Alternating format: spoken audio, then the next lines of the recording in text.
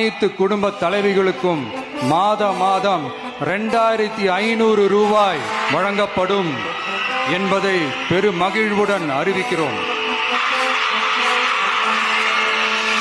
அரசு போக்குவரத்தின் அனைத்து பேருந்துகளிலும் பெண்கள் பயணிக்கும் வகையில் உத்தரவிடப்படும். ஒரு குடும்பத்திற்கும் வருடத்திற்கு 6 கேஸ் சிலிண்டர்கள் கட்டணமின்றி வழங்கப்படும்.